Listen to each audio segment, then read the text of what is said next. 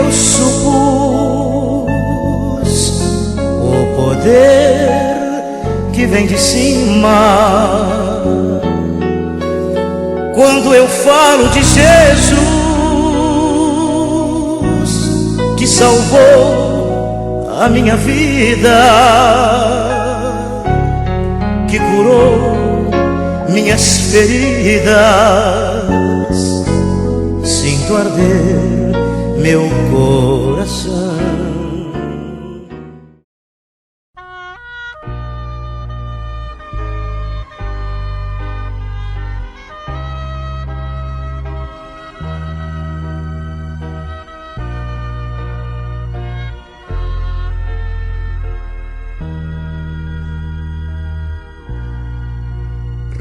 De cruz se erigiu, dela o dia fugiu, como emblema de vergonha e dor. Mas eu amo essa cruz, porque nela Jesus deu a vida por mim, pecador.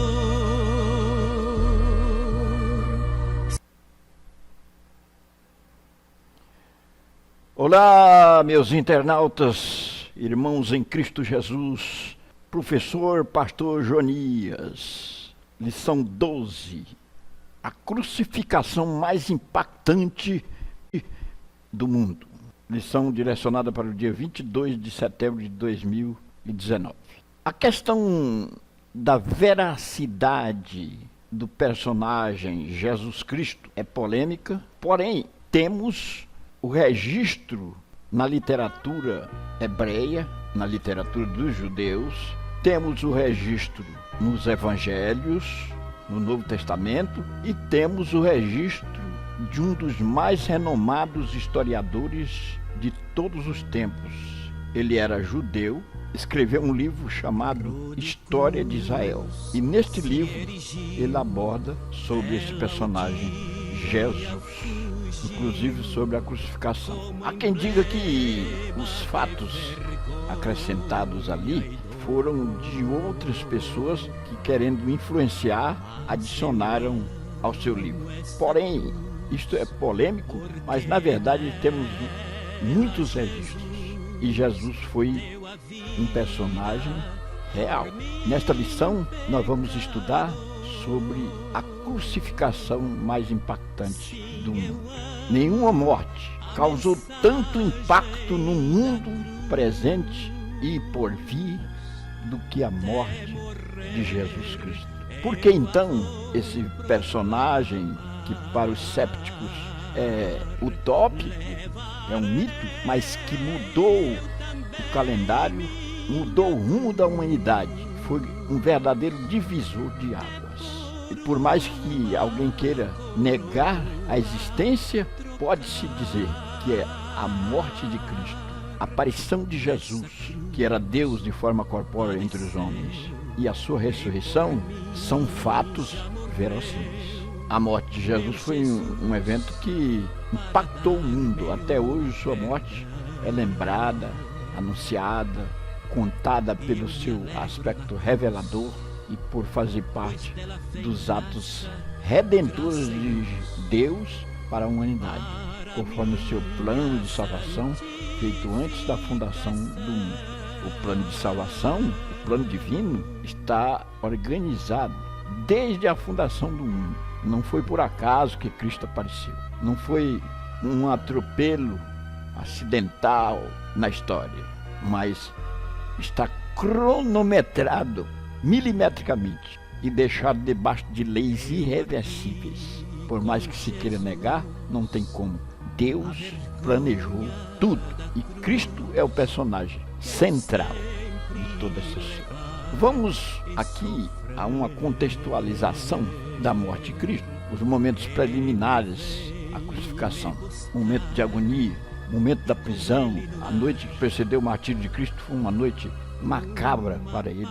Ele havia ceado, deixou a mesa da instituição da Santa Ceia e observou a Páscoa, desceu pelas encostas dos muros de Jerusalém, passando pelo Ribeiro de Cedron, lugar escuro, ribeiro que se projeta rumo ao deserto da Judéia, deságua no Mar Morto, e separa os montes das Oliveiras do Monte Moriá. O Monte Moriá, onde ficava o templo, onde Abraão ofereceu o sacrifício, hoje Mesquita de Omar, dos árabes, e a prensa de azeite, que é o Monte das Oliveiras. Momento de agonia. Foi aqui, neste monte, que Cristo suou gotas de sangue. No sopé de uma oliveira, ele orava intensamente.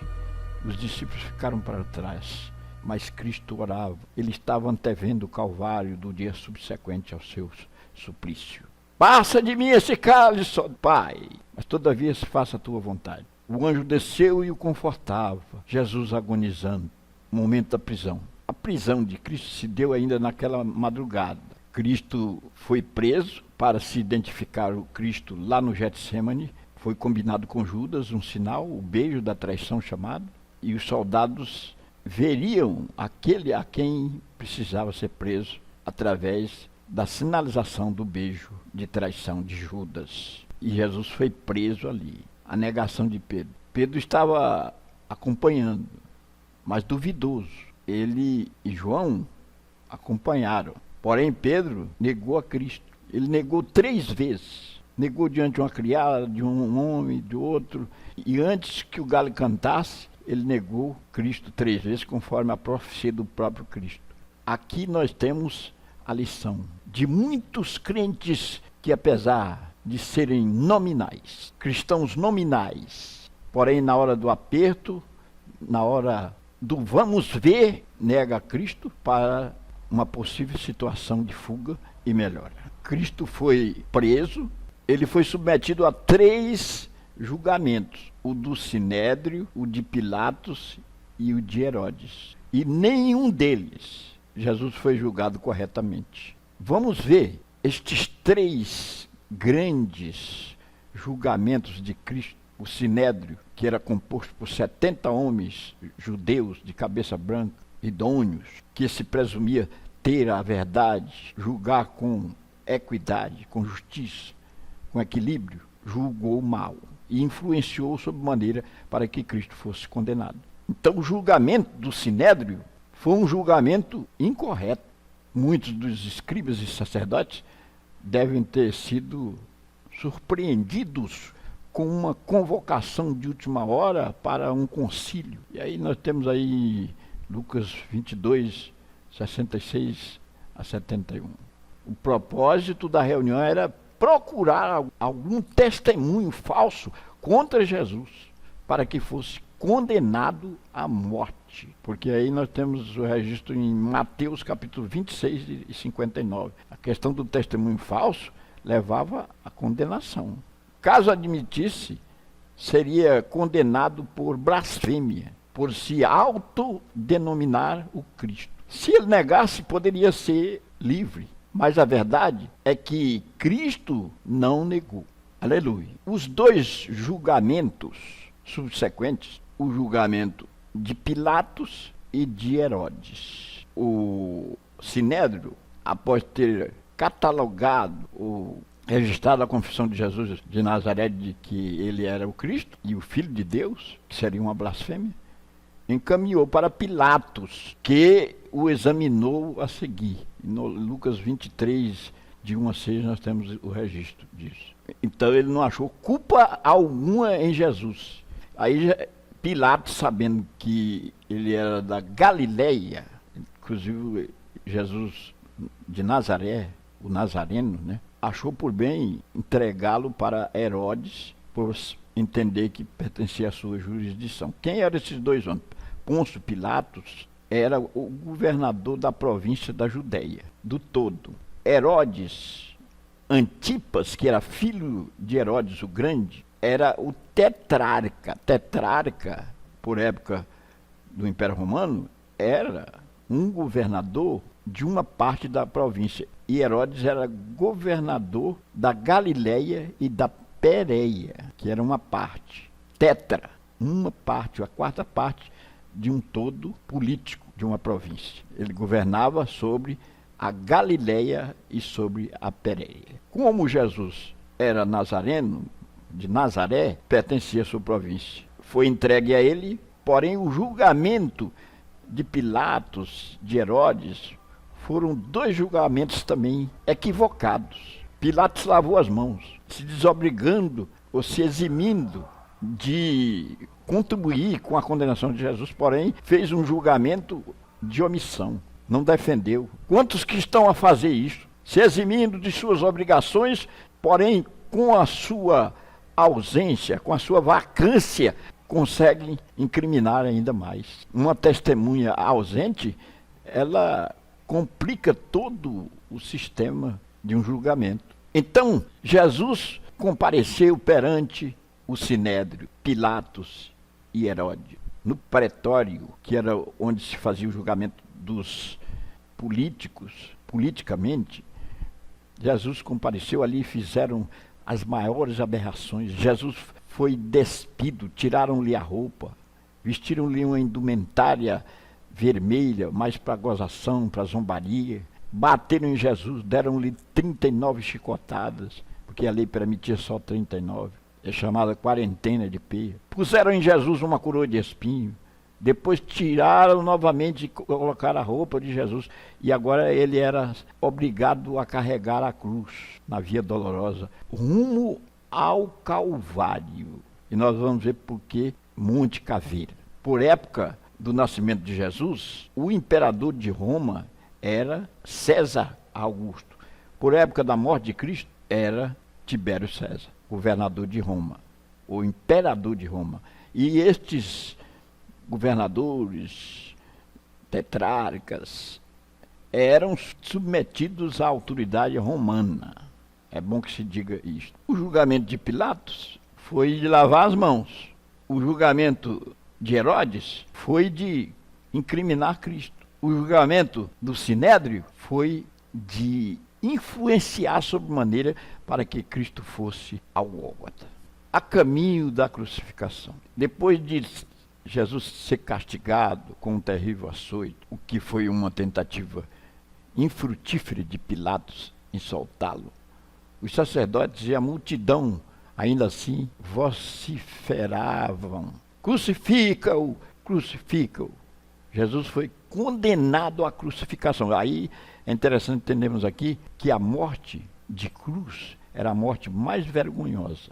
Ele foi encaminhado para um monte chamado Caveira, que depois passou a se chamar Calvário. Monte Caveira porque Davi, ao matar o gigante Golias, ele fincou na ponta da sua espada a cabeça do gigante Golias e foi até o monte e ali fincou a espada no chão com a cabeça do gigante na ponta, para testemunho de todos os povos circunvizinhos dos judeus, inclusive dos filisteus.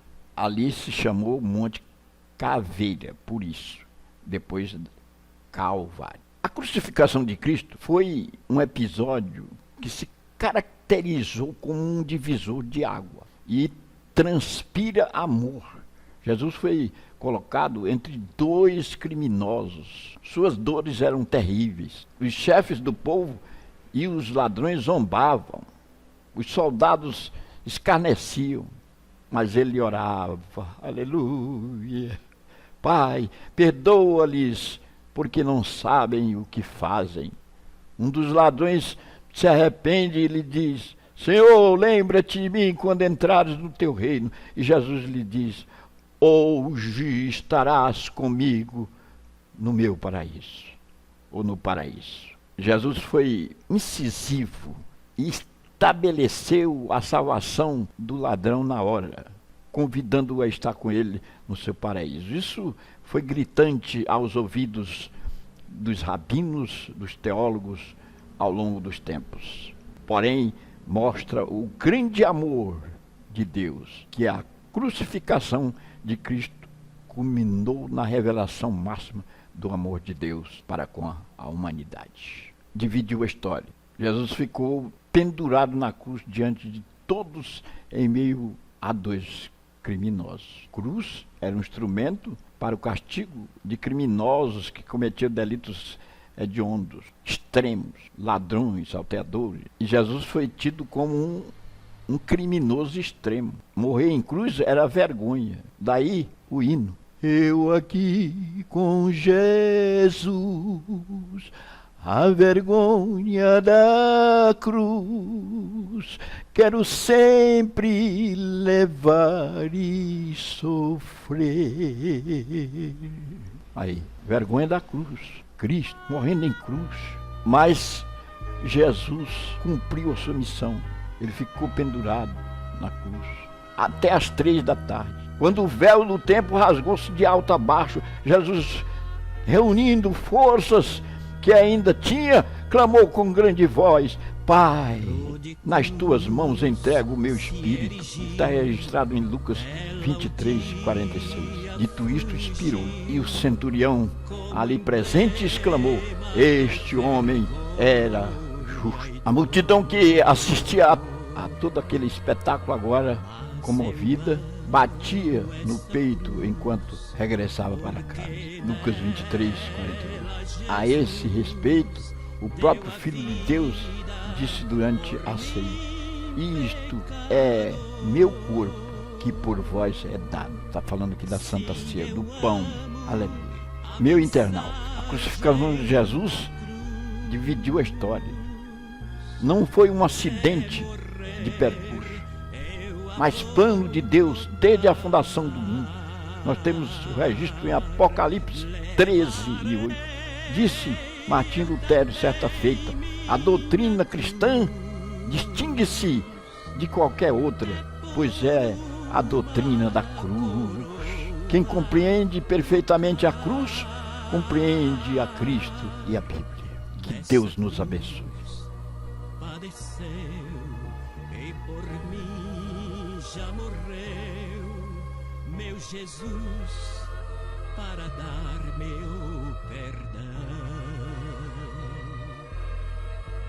E eu me alegro na cruz, pois dela vem graça, graça e luz, para minha santificação.